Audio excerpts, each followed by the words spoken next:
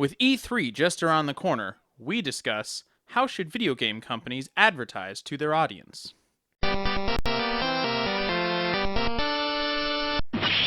Hey guys, welcome back to the Nerdy Gritty, where we delve deep into the details of pop culture. I'm Dez. And I'm Fox. You didn't say today on the Nerdy Gritty. You just went right into the subject. It's gonna be fine. It's gonna be fine. It's gonna be okay. Yeah. People know that this is the Nerdy Gritty because you then just said this is the Nerdy Gritty. Yeah. So, Fox, some really cool things are happening, and I'm really excited about them. You're so vague every time you start these little intros. Well, because I don't want to get to the punchline immediately. Yep. In the world of Magic the Gathering. Oh, I think I know what you're talking about. Two things. One, maybe you know both, maybe you know one or the other. I don't know. But number one, slivers are coming back. Okay, so And you're super pumped. I have a Slither, the Slither starring Nathan Fillion. Starring Nathan Fillion, directed by Gunn. What's his name? James Gunn. James Gunn. Sliver. I have a Sliver commander deck, and there's a Sliver coming out. It's mean and vicious. That gives all of Just Sliver's like slivers. Cascade, which if you don't know what that does, that means that you play one, and then you just show cards until you show another, and then you play that one too, for free.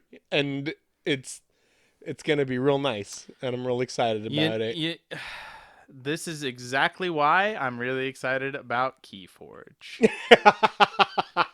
Yes. Oh, there will be better decks than the decks I own, but you can't just make an alpha predator deck out of Keyforge. Absolutely. You just got to get lucky, which is my favorite. Anyway, but what's the other Magic MTG thing? Topic, and I guess I know what this one is. The Russo brothers are going to be writing and directing, I think, actually. Yeah. A Netflix series of Magic the Gathering. Let's hope they start with the very first book. No. They're doing neither. A complete sarcastic joke. Okay. Because if they did that, it'd be bad. No, they're entirely new story. It is not referential to anything that we know of Magic so far. That's going to be, for a lot of people, like the Pokemon, like the Detective Pikachu type thing, where it's like, as you're going through it, you're just like, oh, it's that card, and that card, and that card, Absolutely, and that one. Yes. Anyway, I'm excited for that. But what have you been up to, Fox? Been reading a lot of comic books. Yeah. I'm going to confess something. I went to the comic shop on Saturday to pick up my normal subscription. Oh, no. And I was like, well, War of the Realms is happening right now, which has been really, really great. Big Marvel Universe tie-in thing. All the 10 realms in a giant war. And it's really great. And I was like, you know what? There's a lot of side stuff. Maybe I should look at maybe I'll get a few of them. I spent a lot of money. I have almost every issue in the War of the Realms right now.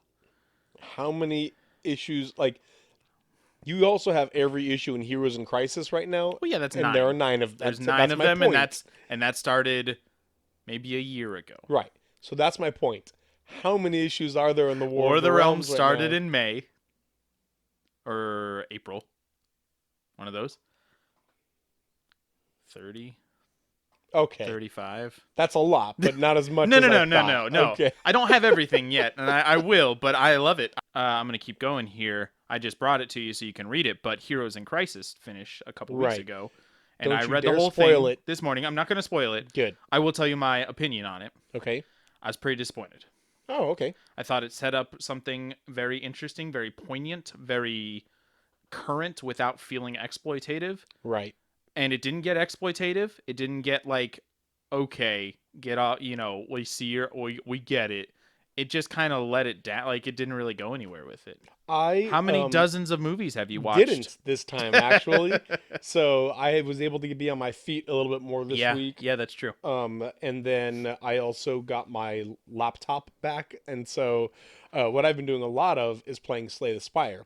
And so, like, before I've been doing the daily. Let's talk about Slay the Spire for the 46th week in a row. Time. Well, okay. But it's so important that I need to talk about this time with Slay the Spire.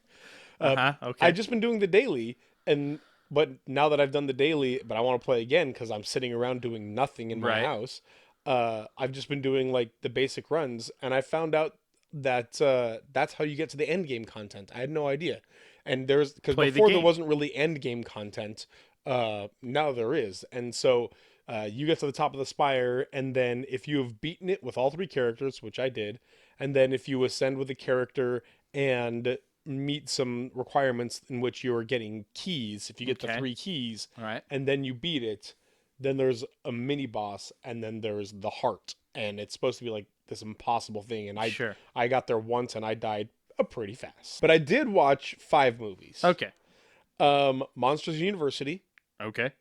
It's fine. Sure. Yeah. Whatever. Thor Ragnarok I watched again for great, funsies. Great movie. Because I was bored. Great movie. And yeah, it's a lot of fun. But because of that, right afterward, I watched Planet Hulk, the animated one. And it's obviously significantly more serious. Mm-hmm. And but it's Hulk on Sakaar. Yeah. And Beta Ray Bill makes a cameo appearance. I mean, there's cool. I don't know if you've seen in Ragnarok on the big tower with like the big faces on them. Oh, right. One of them is Beta Ray Bill. Yeah, yeah. I watched Dukes of Hazzard, and it was bad. It was real bad. Someday you're gonna explain to me your like movie choosing process, man. And how you're like every day it changes. Yeah, because that day it was like I could fall asleep to this, okay, and then I didn't, fair. and then I didn't fall asleep. Like, yeah. Oh no, I'm awake still. Please help me, God. But the one that I want to talk about is Fallen with Denzel Washington and John Goodman. Okay. And I will give a minor spoiler. It's what you find out about half an hour into the movie before they go through the rest. But the premise of it is that there is a detective, a very good detective, and he has finally caught this serial killer and given him the death sentence, and then the serial killer dies. And right after that, before giving, like, naturally dies, like no. Oh. He's given the death sentence. Oh, okay. Yeah, and right after that, a copycat shows up. Ooh. But then, like, people start like following Denzel Washington, and then Denzel Washington's the cop. He's the detective. cop. And then they start like exhibiting some of the characteristics of the serial killer. Okay. And they start knowing things that only a serial killer could know. And eventually what we get to is that it's not a serial killer, it's a demon that can possess people. And it's this whole, like, the whole thing is he goes by singing The Doors, saying, "Time is on my side." Okay. And that's just mocking him, saying, like, look, you can kill as many people as you want. You can arrest, I can just possess someone else. So how do you stop a demon? And it's really good. Oh, we did something this weekend. Oh, we did do a thing this weekend. Event. We went to a thing. It was a Fortnite. It was Fortnite and Smash Brothers tournament. Fortnite Smash Brothers tournament. I went and hung out and met a bunch of students, and it was a really good time. Yeah, it was at a junior high for junior high students. Yeah. So I will say this. It was fun. We had a really good time. If you're a student listening to this, hey, thanks so much. Yeah. It did not smell good in that room. It was a very large room, and it still did not smell great. No, it did not. It is a testament to the power of prepubescent stink. There was not a lot of ventilation in that room either. Yeah. Like, they could have stood to open a door or something like that, but it was a good time. It was a really good time. Sure, yeah, and we're hopefully going to have an event of our own, similar, with the same organization, Satellite Gaming. Gaming. Shout out to them.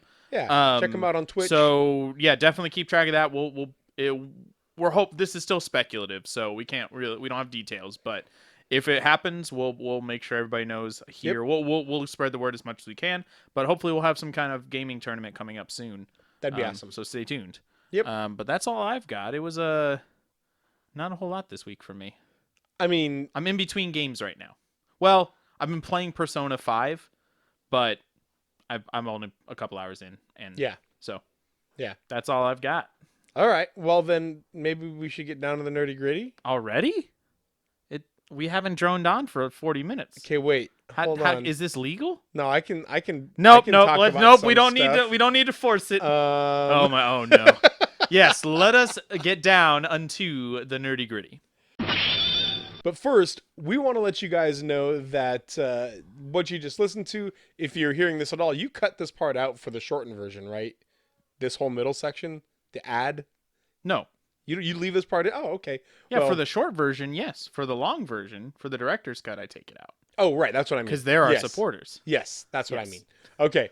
If you're hearing this right now, what we just talked about has been edited down, just little snippets here and there. You get the gist of it. After this, it's unedited. But Yeah. if you want to hear everything that we talked about, the way that we go in depth and how we appreciated things or the other things that we did or whatever else, we have the long version, we call it, on our Patreon. We call it the director's cut. The director's cut. And Fox is the director. Yes. And he Please cuts address me as such. and the director is and for our second and third tier, we offer all unedited stuff and all of our like Patreon exclusive content, and you can head on there, and if you want to support us, if you can support us, we really appreciate your support, or even just at the lowest tier, the $1 a month tier, we really appreciate your support. And you get all of our Patreon exclusive content, a lot of early access stuff. We have some not Keyforge. What is it we played? Siege Storm stuff on there right now. Yeah, I'm about 24 episodes into a playthrough of Final Fantasy X that will be exclusive to our Patreon. Exclusive to Patreon. And that's about halfway through, so it's gonna be a good long time. Yeah, that's halfway through the story. There's more than that. So yeah, go if you can support us on Patreon. If you can't, hey, we appreciate just when you share this and when you let people know about it. Your word of mouth means the world to us. Yeah, patreon.com/dezandfox. We thank you so much for everything that you've supported us in. So it's that time of year again. It's the most fine time. It's fine. When the world falls in love. No, they it's don't. not. No. E3's cool. E3's it's a really fun event. It's going but downhill. I think over the last couple of years, I don't know about downhill. I think over the last couple of years, the wool's been pulled for the scales have fallen from our eyes a little bit, and I feel like maybe it's just me maturing and like learning more about the industry, but I see like behind the inner work, behind like the front show version of it, and like we're learning more about E3 and some of how it works. There are changes this year because of kind of fan reaction, I think. Right. But yeah, so we're recording this a week before the actual presentations begin. But E3 2019 starts for you guys tomorrow, right? Tomorrow, really. The presentations, the big part that everybody loves that you watch online. I guess technically it starts today. It's technically already started, actually, a couple days ago. The actual event. The presentations that people, Microsoft and Bethesda and all them, that they show off their new games, their new, trailers for games, all that kind of stuff, what their hardware, all that, those will start tomorrow. So I'll put a link for a good place to watch them. Yeah. Watch all the presentations, but yeah, so make sure you tune in. But with that knowledge, the past few years, things have been changing with E3 and with the consumer a lot as well. Yes. I remember back when I went to an E3 forever ago. Let me date this 10,000 years ago. I went to E3 when the PS3, Xbox 360, and Wii had not come out yet. Okay, but they had been announced. They were the systems to play while we were there. Gotcha, okay. Yeah, so I got to play the Wii before it released and things like that. I got to play Twilight Princess before it came out. You think you're better than me? So, because you're right. Yeah. In every way. At that time, I just remember walking around and seeing this massive like advertisements area everywhere, and it was just this spectacle to behold, and it was so crazy and cool. Like, take PAX and multiply it by like 10. I'm talking really? Like just huge displays. Okay. Like Sony had like these 3 massive screens that were playing rock paper scissors with each other, and that was literally it. It's a good use of your money. It was the weirdest thing, right? But the whole thing was just spectacle. Sure. Anyway, sure. Today, all these people have grown up. No longer is it the 18-year-olds or even the 14-year-olds that are the main consumers. Right, yeah. Now the major consumers are... The average video game player is late 20s, 30s. Yeah, exactly. And so people are starting to see through this spectacle. Yeah, to be fair, you going to it is very different than just watching the presentation. Yes. Which I'm sure going to it is still a pretty big spectacle. But it might be that we can't really comment on that. But that's though. true. We haven't That's we true. haven't gone. My cameras haven't been activated yet. Yeah. But either way, people are starting to see through the spectacle of the presentations Sure. and starting to kind of expect more from them. This past year, I mean, let's get to this because I'm going to bring this up. This is part of the discussion. So Yes. what we want to talk about today is how do we as Dez and Fox and as educated consumers and appreciators of video games feel like these companies should be advertising their product at E3? That's the thing we have to recognize from the start here. E3 is just advertisement time. Yes. E3 is that. Like we aren't. It's not some like big fancy like. I sometimes I feel like we can put more into it. Like it's a gaming event. It's not. It's just literally showing us commercials for a couple hours. Yeah. And hoping that we buy them eventually. Now it's really fun because it's something we're really invested in. So it does feel more. It feels like it's more than just us sitting at home and watching commercials on TV. Which and it is more than that. It is more obviously, than yeah. that, but at its core, it's still just companies saying, "Here's our products that you should buy." Please buy. Yeah. Yes. Absolutely. So, what's the most effective way for them to do that? Because we also have to say, we're going to buy some of it. Yes. We're going to be spending money on this. Show me what you want me to buy. I'll decide what I want to buy depending on what you've shown me. So, how should they do that? How do they sway us? So I've been thinking about this a lot because we've been planning on having this conversation for a couple of weeks now. Yes. And I've actually been really torn on some of the things because the very first thing I want to say is referencing something that we talked about a couple of weeks ago, and that is they need to treat us differently than just a consumer. They need to recognize that there is a unique relationship. Like when we talked about how Bethesda can kind of get back Right. on the good side. Okay. Exactly like that. They need to realize there's a unique relationship between these companies and their consumers that is different than Target. And we feel some sort of personal connection with them. Sure. And so be honest and open with us. Be transparent. That's what I'm looking for. Be transparent with us and try not to. You actually said reference pulling the wool over our eyes or the scales have fallen from our eyes. We can see through a lot of the BS now. Yeah. We can see through a lot of the garbage, and don't feed us that.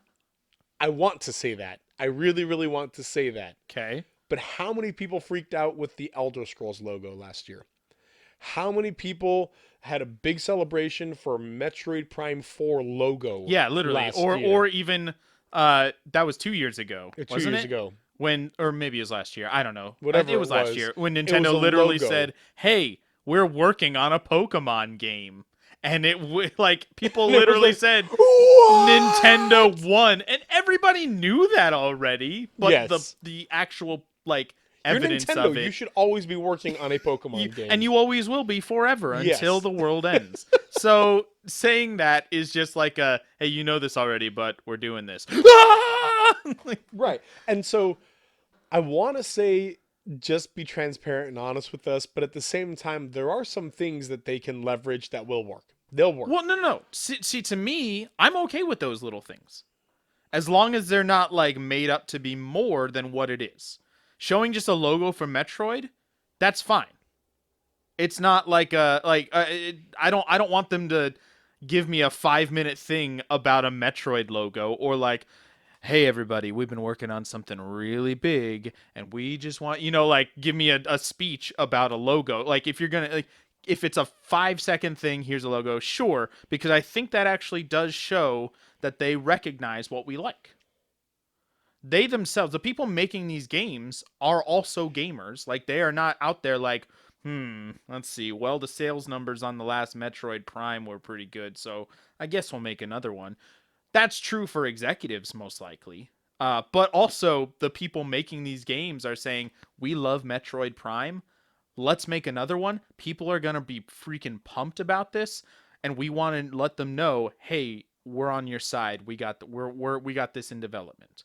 So, we're not going to make a big deal out of it. You are. We're not going to make a big deal out of it. But we'll show you, hey, this is something we're working on. Metroid Prime 4. Yeah, but they know we're gonna make a big deal out of it. They It's not their wouldn't. fault. They're not showing us the logos of every single game they're making because they know we don't give a crap about a lot of them. They want to show us the logo of the game that they know we give a crap about just so that we'll be hyped. Like, Yeah. it's literally a picture just for hype. And Right. for Which, all we when they're know, advertising, is effective. for all we know, they could be not. They could not be working on the game right now. They could be like, I just want to let you know we are planning on making We've that. thought about this a little bit. Okay, bye. Like, we know nothing about this at all. Sure. I feel like there should be some sort. And again, Okay. that I'm not saying this is what would be effective for them. Because that's kind of more the topic that I think we're talking about today is what is more effective for them. What I'm saying is what I wish they would do is be transparent and honest and come with us with, hey, this is where we are in the development of that. Yeah. And this is what we've done so far. Now, as far as what is effective, though, I think leveraging popularity is Well, sure, absolutely of course. effective. That's what they're Yes. going to do. But you don't want them to. That's really what we're asking is, how do we want them to advertise to us? Yeah. And I'll agree with you there. I don't care about Metroid Prime 4 unless I know that it's going to be good and I can play it. Like, it's just like Pokemon. I know you're going to make another Pokemon game. Like, in my heart, I know it's a thing. I got much more excited when they gave me details and showed me gameplay. Like when they showed me like, hey, here's what it's going to be a new thing. It's going to be on the Switch. It's going to be, coming out in November. Like they gave me details. That was much more effective advertising to me than literally a screen of text saying, hey, we're working on a Pokemon game. Yeah. So yeah, if they came to us and said, how should E3 happen? I think we would both agree substance over flash, substance over hype. Absolutely. What I want to see gameplay. Yeah. You know, Gameplay is extremely important. Ghost of Tsushima looks really, really cool. Uh-huh. And I'm really, really excited for the story that it seems like it's going to present. Yes. But how's it going to play? What's Right. that game going to be like? Freaking, it's releasing in November. Death Stranding. We know nothing about this game. They've shown. Did They've you shown not watch the gameplay. trailer? Yeah, they've shown us Yes. gameplay. No, I mean this. Now I mean the story. Like we don't know anything about this. Oh, I'm game. actually really excited about that. That you don't know anything about the story. I know some things about the story. I've watched a few videos on. Really? Yeah, absolutely. Maybe And- you can tell me later. Oh no, then, 'cause details I on the know nothing. details on the plot, nothing. But the world and the premise, there's some stuff you can glean. Why do they have babies? They're called bridge babies, and they allow you to see what are called BTs, I think, which are those weird ghostly things that Norman Reedus's character is trying to hide from and move through the world without getting attacked by. Wow. Yeah. All right. Yeah. That I don't know Bridge how that babies. works. We probably won't be given a detailed sci-fi explanation of how it works. Right. But yeah, there's some details out there and there's a whole lot that goes into how video games to me Kojima being behind it means I don't need to know all the details. I know he's bonkers and his story ideas are crazy, but I also know that pretty much every major game that he's released has been great. yeah. And Yeah, so that's fair. like there's a whole lot that goes with it. Like when it's Ghost of Tsushima, I mean, I'm sold on the premise of being a samurai in Japan, and like that's just one of my favorite like settings. So I was sold when they just showed us like a game or Right. a Teaser. teaser trailer, and I was like, okay, cool, yeah, I'll play that. But yeah, seeing it just we do have to admit that the advertising they do at E3, it's not a one size fits all. Right. Every single Right. person has a different preference on what games they want to play and how on board they already are to play them before they even get there. See, I want to get excited for games that are going to be coming out in the next year or so, Yes. like year or whatever. Like I don't want them to be advertising to me saying, "And we expect this to be released 2022." Yes, that's one thing that I will say is that I think their presentation should be limited to before E3 next year. And an expectation of like obviously there are delays. There's and always there are delays, struggles, sure, things like that. But but hey, here's what's on the docket for the Xbox in the next 12 months. And I think, again, I agree with that wholeheartedly. This mindset of coming forward and saying, here is our software that is coming up soon. I feel like when they are showing stuff that's going to be coming in 3 or 4 years, they're trying to get you committed to their hardware. They're trying to Yeah, get especially right now when next gen for Sony for right. sure is on the horizon. And so they're looking at the future and they're saying, okay, please commit to our hardware for the future. When really, I want to commit to your software right now. Yes. Prove to me that you make good software, and that will make me commit to your hardware. Especially personally, I don't care about hardware. If Sony never made another PlayStation and just supported the PS4 until the end of time, I'm fine with that. I don't care if the Xbox would come out with, every 5 years, an even bigger and better graphics and all these things. Sure, there might be features that I'm like, that's cool, but I don't care about hardware nearly as much as I care about software. So yes, I want to see what I will be playing, what I can play on what I own soon. Right. When Bethesda announced Fallout 4, when they showed the original trailer, the very first like official announcement was at E3 it was 2 or 3 years ago. Then at the end of the trailer it said coming November. That was crazy awesome. Right. Because we had no idea. We Yeah. had maybe there were rumors and I'm sure somebody somewhere knew that Fallout 4 was happening. I wasn't super up on it, but to see it and then say, okay, in a couple months you get to play it. That's awesome. That's awesome. Yes. To me, that's an effective form of advertising. Because with advertising, hype. You got to have hype.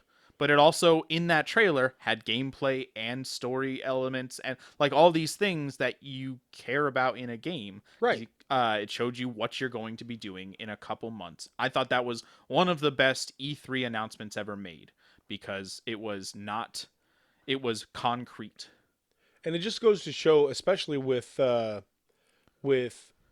fact that the Xbox One X is objectively the most powerful system on the market. Right, as far as the specs go. And as sales go, it is selling the least of the big three. Well. Yeah. Take a hint. Yeah, exactly. And that just shows us right there. You talk about this Fallout thing, they advertised the software, people got super hyped for it, and it worked. It was a great, great thing. The reason that the Switch is selling so well is because Odyssey and Breath of the Wild is such great software. And then since then, they've also then upped their game exponentially on the games, both ports of games you like or haven't played yet, but now have a Switch and can play, or original IP. They have upped their game exponentially, and so Xbox still hasn't really gotten there, and now they have the potential to really quote unquote win E3 this year. Yes, simply because Sony is not having a dedicated thing, and Nintendo really doesn't do much of an E3 presentation. They do a Nintendo Direct during E3, right? Which basically people connect the two, but they are not. Right, and I'm sure Sony will do a state of play. Oh, sure, and it better be a good one because the two so far have been kind of whatever. Yeah. But I do like the frequency of them. They've done one every 2 months, or one every month, and I really like that. But yeah, so let's talk about that. Let's get actually when you're watching the presentation. Sure, we want to see gameplay in the trailers you show. You're going to do these things. But how do you want that presentation to look? What do you want to see when you turn on that stream and are now watching these ads? I'm split on a couple of things, and I want a little bit of both. Sure. So, number one, if it's an IP that we know and that we're familiar with and we love, I love the going all out. When Sony had an entire barn, a separate room for The Last of Us 2. Yeah. And they had the musician, the composer, play the song on stage. Right. And then it went into that cutscene, and then we got a little bit of gameplay, and it just we got an incredible story peak. We got good gameplay look, and there was this atmospheric. Let's give you the tone of what's to come. If they have Ghost of Tsushima gameplay, I want there to be fake Sakura petals that are slowly dropping from the ceiling as we're watching this. Traditional Japanese instruments. that kind of thing. Right. See, that'd be really cool. Exactly. And it gets you hyped for these games, but that's because we're familiar with and we want to be invested in this IP. Yes. On the other side, I want them to be like, hey, this is what we have. Here's 5 minutes of gameplay. Here's some stuff that we know about it. Like just short, concise, but also real honest and real direct. Mm-hmm. Here is the gameplay. Here's some of the story elements to it. I think that's why the Nintendo Directs have been so successful, because sometimes they'll give 30 seconds to a game, Yeah. and sometimes that's enough for you to get kind of excited about it. Yeah. And then that's their time to be able to gauge this. Okay, how well did that go? What's the response? Let's check Twitter. Let's check hashtags. Mm-hmm. Let's check Facebook. Let's check, whatever we can check and see what people are talking about. Okay, next Nintendo Direct, let's up our people really like this kind of thing, so let's do more of that. Right. Or this game seemed really popular. People were disappointed by how we talked about this or how little we talked about this. So, they already have a schedule of like information release. Right. But, they can adjust it because of that. I want to hear a person on a stage talk as little as possible when it's about the games that are coming out soon. Yes. I don't need you to tell me this is a brand new open world RPG with, and you have weapons and like, just, you can show me all of that. You can show me that in a video. I do think though, that if you're going to do a stage presentation, I mean, they do the same thing. They also have a human presenter in the like Nintendo Direct. But if you're going to do a stage thing, I want to hear them talk about the direction of the company. Apple style. Where Apple would come out and be like, here's what we're doing, but also, we're moving into little like they did. Phil Spencer did this last year, and I assume it's him every time. I don't know if it's actually him from last year. I can't remember. But they talked about like, hey, we're actually going to move in a direction of buying. We're going to onboard these development companies, right, and really give them the resources they need to do what they do best. And so Ninja Theory is coming on board, and so and so and so and so, and that I really like. I don't want to just see a couple of blocks of text saying we just purchased Ninja Theory. Like that's. I want to hear somebody talk about if you're going to do this. I don't think this is super necessary. But if you are, because that's not really what I watch E3 for, I just want to see what games I'm going to be playing soon. But if you are, I want to hear that. That's what I think a person should do. Or if, like we talked about, we don't need to go into a detail, but with like Bethesda, like we want to hear an actual human person make an apology, if that's what you want to call it. Yeah, absolutely. Come out and be honest with their mistakes. We want to hear Todd Howard come out and say, "Look, guys, we screwed up." We don't want to see like a block of text with dramatic music behind it saying, we've heard you and we're doing new things now. Check out this Doom preview or whatever, Right. Like that's, yeah. So if you're going to have a human talk on stage, then make it about things you can't show us in a video or wouldn't come off as honest and direct in a video. That being said, I don't care much about the human interaction. I don't even care much about live gameplay. Like they do that a lot where we've got people either standing there on stage with controllers or backstage and they're actually playing it as you're watching it and they narrate it. And that can lead to problems, which is fine, I guess, because software and whatever. But do you remember when they did the gameplay for Uncharted 4? No. And it showed, did you ever play Uncharted 4 or watch it? I watched it, yeah. It was like the sequence where you start out in the busy town in whatever, like the market, and then you go and there's the big mud like chase scene. It's incredible. But at one point, pretty quickly in that, like Nathan Drake walks over to a thing and you get this cool vista shot, and then it basically like soft locked. Oh no. Where it wasn't just a freeze, like the people were, the NPCs were still doing their programming, and Nathan Drake was still standing there in his idle pose, but nothing else happened. Like he didn't start moving. And so it felt like either there was a problem or somebody had dropped a controller and needed to pick it up again or something. And that was funny, and I can forgive that, but that doesn't happen when you just have a pre-recorded thing. And to Right. me, that's the same thing. If I'm just watching somebody play or watching a pre-recorded gameplay, to me, that's the same The thing. narration I like. I like when they say like, and in this we allow for what are called. I'm gonna reference Bloodborne because that's what I'm playing. Sure. We allow we have what are called trick weapons. The Okay. trick weapons have a separate thing, and when he says that, you see it like them switch out the trick Sure. weapon, Yeah. Yeah. things like that, I and can kind of see that. describing the game and how it's played Okay, while so you're watching it be played. maybe I'll rephrase what I say. If it's something unique to your game that we don't know, like Yes. we know about open world RPGs. You don't have Yes. to tell us that. But if we don't know what a trick weapon is. What the crap do you mean by that? Sure, I'll take that. That's Yeah, fair. yeah, yeah. And I totally see what you're saying. Like, you can even have just a thing of text, like, kind of pan by saying open world RPG just to communicate that. Sure, But if you don't feel need like you need to. you don't need Joe guy in a suit narrating that it's a third person action RPG with cover shooting elements. Like, Oh, so you mean a Gears of War game? yeah, exactly. Like, Okay, we get we've it. played all of We them. know. Like we know what this game is. We like tell us what is relevant to this specific game and things that you can't just show us in the gameplay. Yeah, and one thing that's really been bugging me is the amounts of like banter and hype people that they try and bring up Yeah. and to like cheer and be excited about things. And maybe if you're in the audience, maybe if you're one of the 1,000 people in the audience, that's really cool to have a more than hype that, guy but on yeah. stage. But when you're one of the tens of thousands of people watching it from Yes. it, just More like, than that, but hey, somebody shut this guy up. get on with it. Yeah, Show us the cool absolutely. game we Show want us to. some games. Yeah. Like, I get that people enjoyed it, but when that band came on for the Rage 2 presentation and they had Oh, like, Andrew WK. See, yeah, yeah, we were on very different ends of the spectrum for that one because I love Andrew WK. I was like, what? Stop it! I don't care That about that's you. fair. No, that's Yeah. fair because it didn't tell you anything about the. I mean, well, okay. To me, it did kind of tell me about the game because Andrew WK's he has a very specific style and he's a very chaotic like party all the time, whatever kind of thing, and like real upbeat, and it definitely reflects Rage 2 after having played it. Like that was a solid choice to reflect. Now Andrew WK's music is nowhere in the game.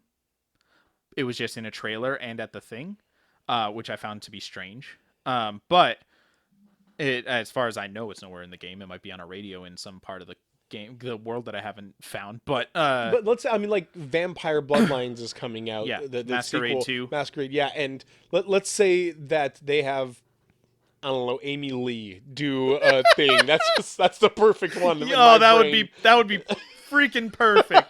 Oh, she's still alive. Okay. I'll be honest. Guess she When must I was be a young, vampire. I liked Evanescence a lot. I listened did. to that album a lot, the one that everybody knows. And Amy Lee, I actually do like a lot. Still, I think she's an incredibly talented Sure, yeah. artist.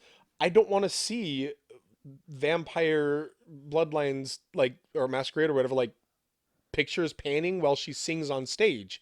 Release a commercial with her music in the background. Sure. That'd be awesome. But I don't want that to be part of the live presentation. Okay. Show me how to play the game. Yeah, Show me yeah, the Show game, me what. man. Show me the game. And yeah, it's that you could say the same though about the Last of Us Part 2 thing. Like showing a guy playing the song, hey, it's cool. What's his name? Gustavo something or other. That's great. And it gives you the tone, the idea, but it's still not the game. Well, two things to that. Number one, he is the composer. Yeah. That's And true. There's a difference. That's part there. of the game. That's true. They're actively saying this is the music style in the game that's going to be fair. played. Yeah. Number two, he played just him for about 20 seconds, and then the presentation came on, and he continued playing while the presentation was going. Yeah. The music in the game was him live playing. So that was cool. Yes. But yeah, I think it's just a way to convey what the tone of Right. with the Andrew WK thing. Sure, it's just some band playing some song that if you don't know who they are and don't care about their music, then it's just let's get this over with. But it is a way to demonstrate what the tone of the game that you're playing is.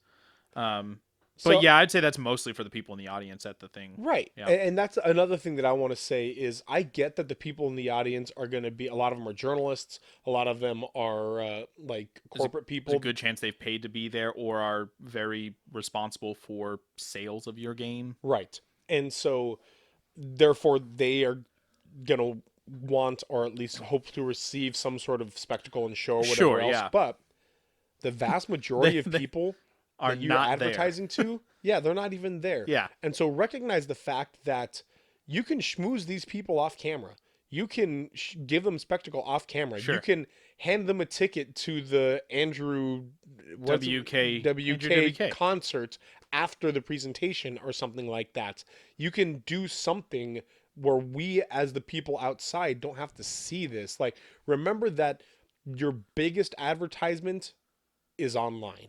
It's not to the people in the audience. It used to be to the people in the audience. Right. And then they would report on what they saw. Right. Yeah. But that's not the case anymore. That's not by far not the case anymore. Now you want an online presentation. Recognize that and deliver an online presentation. Let me present you with we'll shift gears here a little bit. Nintendo and now Sony really do their thing in a very controlled way. There is no room for human error. It's literally watch this video that we have prepared. Right.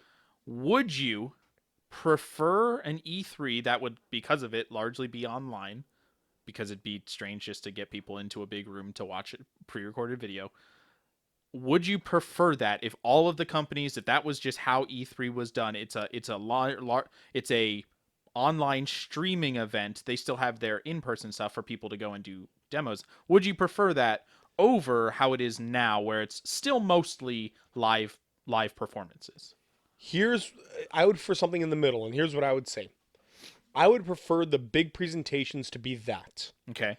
But then I'd also absolutely still want them to have cool panels and cool things happening for the journalists to be able to go. And most importantly, I want these journalists and these people who know more about games than even you and I to be able to go on the floor and play these games and then report the live gameplay that they got their hands on. And things like that. I still want there to be a PAX-like show. I still want there to be a place where they are going. There always has to be some kind of actual live gameplay for people to play and not just watch. For them to be able to walk around, be able to talk to devs, be able to be like hands-on with things, and also for the advertisers to be able to go to these journalists in some way and to individually and specifically say, here's the information we want to give you, here's the press kit we want to give you, you can go advertise it this way now. You monster. I don't know what you're talking about. And so, at the end of the day, though, I really, really want those presentations to be very much like the Nintendo Directs. I want them to, if you guys can hear, I think maybe it's a street sweeper or something. Can't hear that at okay, good. We got a big something going by my house fine. now. But I would love for the big presentations to be like Nintendo Directs. Yeah, I think I do prefer those too, because they also have like a charm to them. I love like the lame jokes that they make in between the little like things. I also love how granular they get sometimes. Now they wouldn't do this for a big E3 presentation, but when they did like the huge Smash Brothers one that came out, last year, right, where they it was like, this is 30 minutes long or even more or whatever, but a good chunk of it was just like, it basically patch notes on your new update. Absolutely. And that was his color used to be off red. Now it's true red. Or, he is slightly different because he jumps one, unit higher than the other, okay. And I thought that really showed a recognition of half of this is just big announcements of here's content for everybody. But Smash Brothers is a game that people give their life to. Like, they play this game. Right. They know the frame by frame details of everything. They want to know all of these details. Let's tell it to them. Yeah. Like, they could read it in a thing somewhere, but let's give them an actual presentation and show them what's going on. I really love that. And I want a hour and a half long Nintendo Direct where they do that with some big games coming out soon. Or even if they were prepared enough, and I'm sure they could be, they're massive corporations, to be able to say things like, in this, we are presenting this, and here's all the information we want you to know. If you want to go into the details about frames per second and, would you like to know more? Yeah, would you like to know more? click the link below, and then to be able to have like on whatever. A choose your own adventure direct. Yes. Okay. Essentially. Yeah, that'd be and fun. things like that. And so you can, and then you pause that video and you jump to your more granular There you go. one Yeah, that yeah. you want to watch. If they had a Bloodborne 2 thing, yes, I want to watch every last second of that. If you just watch the basic, if you didn't go on tangents, it'd be a half an hour long. Yeah. But you could stretch that baby out. And I would watch every second of it. And it allows you to decide, what do I want to know more about that? Now that also gives them all of the feedback. Yes. Here's what people care about right now. You know what? People didn't really care about turns out Super Mario Maker or whatever too. People are excited, but people clicked the link to learn more about Animal Crossing 1 billion times. Right. So they have ways of learning this still, but Absolutely. I think that would put it in the hands of the people watching their entire audience. So that'd be really cool. And he gives active feedback to them as well. Yeah, I would actually really love that. Now I think that's a cool idea. One last little thing, and Okay. we didn't present this, but are there any games you're really looking forward to learning about? I know it's not going to be a thing, but I really wish there were some sort of Bloodborne 2. Sure, you want Bloodborne 2. I really do. I want with them to all say, of hey, your being. now that Sekiro is over, now that it's done, this is the next project. I we're wouldn't be working on. shocked by, like with Sekiro, where they just did the very first thing was tease. a very short tease. Yeah. And people speculated that was Bloodborne 2. Maybe they'll do this and make it obviously Bloodborne 2, But I'd love to see more gameplay and more information on Ghost of Tsushima. Yep. I'd love a release date for Last of Us 2. I'm guessing that's gonna be a release for the next gen. Next gen, you think? That's gonna be a PS5 release game. All right. Which I think would be smart. A release game, yeah, that'd be Release real smart. still on PS4, right? but a release game for the PS5. PS5. But just a lot of the Sony exclusives are ones that Yeah, my- 100%. my heart is in right now. I mean, so is another one is Death Stranding. Death Stranding's a PS4 exclusive, Right. and I'm very much looking forward to that game. I love. It's kind of ironic because usually I hate this kind of stuff, but I really love how stupid and convoluted Kojima gets. Okay, we should play that game together, and you should play it, and I want to watch you play it. Yeah, that'd be fun. That sounds like a lot of fun. We could do the same thing with Metal Gear Solid. It'll very likely be very similar in how ridiculous it is. Except we both kind of know the story of Metal Gear Solid. Do we? Look it up.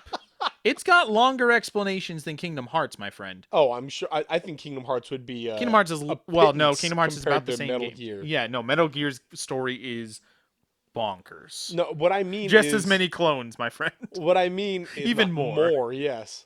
Is like we know that it's Solid Snake and he's military guy and he's a clone of Big Boss and like there's some. There's premise some things that big we know. shocking things that wouldn't. We don't know anything We about don't know, Death Stranding, and I'm still. super excited about We know that. nothing about this Yeah, game. it's the idea. It's what video games can do. We get to not just learn a story by reading a book or watching a movie, but actively explore and Kojima find got out to on do our this from own. whole cloth, This was Fox. all him. It's gonna be off You the can do whatever rails. you want. Yeah. So I'm looking forward to that. I'm also looking forward to. There will be a section of the game in which he comes into your home. That's part of the game. Norman Reedus is here now. No, I'm looking forward to Avengers also. Oh, The open world Crystal Dynamics Avengers game that we know nothing about. Okay. Crystal Dynamics has they've made the I new haven't Tomb heard Raiders. about that. I didn't know that. That sounds awesome. They are the ones responsible for it. I'm incredibly excited for not Ultimate Avengers. Dang it. What's it called? Oh, Marvel Ultimate Marvel- Alliance 3. Gotcha. And Yeah, no, you sure. shut your filthy no, mouth. look, man, I'm not saying you can't be excited. I played the X-Men games with my friends on the GameCube, Uh-huh. and it was some like that over-the-top 4-player co-op, and we loved it. It was Yeah, so we much should- fun. we So should we play played the new one. sequel, and then I played the first Ultimate Alliance, and we should get like because hopefully it'll be online. We should get 4 people to Oh, play that'd be fun. with. Yeah. Be awesome. So Yeah, no, there's lots of stuff. Last of Us 2, I'm really looking forward to. I'm really looking forward to stuff that I know nothing about, like that they're just gonna be like, hey, here's a game we're making. yeah, Because those are some of the best games. Possible God of War 2, possibly. too early. Yeah, Too very early. likely too early. Yeah, Yeah, but I want it. I know want it. you I do. want it bad. And see, here's what I don't want. I don't want them to show the hammer of Thor, Yeah, and no, that's that's it. fair. And Yeah. that's just Well, that to happen. we have already seen that. That is Right. different than even just a logo of a game that we had no idea was being made. But to me, that's just saying, please still be excited. Yeah, you're still That's the thing. yeah. They do that. Okay, Final cool. Fantasy Bye VII, they bye. do that. They've done Yes, that. and let me tell you, if there's any human being on Earth that is hyped for Final Fantasy VII remake, it's this guy. I'm sick of the delays and the screenshots and the little preview videos. Yeah, the things previews like have that. become about the narrators talking about finally it is almost here. They're talking about the game itself and not the actual game. Right. Like it's getting to a place where they recognize that you're not looking forward to the story of Final Fantasy VII. You're looking forward to being able to play it again. Right. And so you're welcome, everybody. We remade this game for you. And I just Cool. I mean, it's a true remake. It's going to be an entirely different game as far as gameplay goes. Resident Evil 2 style. Yes, if you're going to do it that way. Yes, that's fine. Resident Evil 2 was incredible. Right. But also, stop it. Like that's getting too much up in your look at this great game we have for you, rather than it feels dishonest a little bit. Yeah, and you know what? It dishonest exactly that. If you take the very first previews or whatever videos they showed Final Fantasy VII and compare them to what there is now, they're different games. They are. Yeah. They've changed it so much because they've realized, oh, we can't do that. Oh, this isn't going to work or whatever else. They've just changed it. That's not the style people want anymore. Guys, then if you're not prepared, if you're not settled, then don't show it to me yet. Yeah, you don't have to have gone gold. Right. But you have to have known what the game is. Right, exactly. Yeah, and you know what they're going to say, Final Fantasy VII Episode 1, now coming out February 2020. I'm not I might protest not purchase that game. I might protest that one. Yeah. Just because I have not really appreciated. You might do that. You aren't. No. No. Hey, we both have games that we're I'm going to buy no matter what. Yes. I'm going to buy the $100 version of Borderlands 3 because I want to play it. I don't even know if it's actually going to be really good or not yet. I'm just I'm just going to do it. Yeah. So, okay. So that's we're really looking forward to it. You guys let us know what you're looking forward to at E3, games, whatever, announcements, all that kind of stuff. But more importantly, right now, we want to know, what do you prefer? How do you want to be advertised to? Because that's what we're talking about here. What do you like to see in your E3, and really just how game companies interact with you and try to sell you on their products? Because it's changing. Things are changing. The industry is growing up. We're growing up as we play these games. And so how should they do it? Let us know in the comments below. Share this with friends. Get a discussion going. Tell us if we're really wrong, because it's very likely, especially Dez. And we thank you so much for being part of this. You guys are pretty cool. We appreciate you. And always remember that saved games save lives. See you next week. Bye.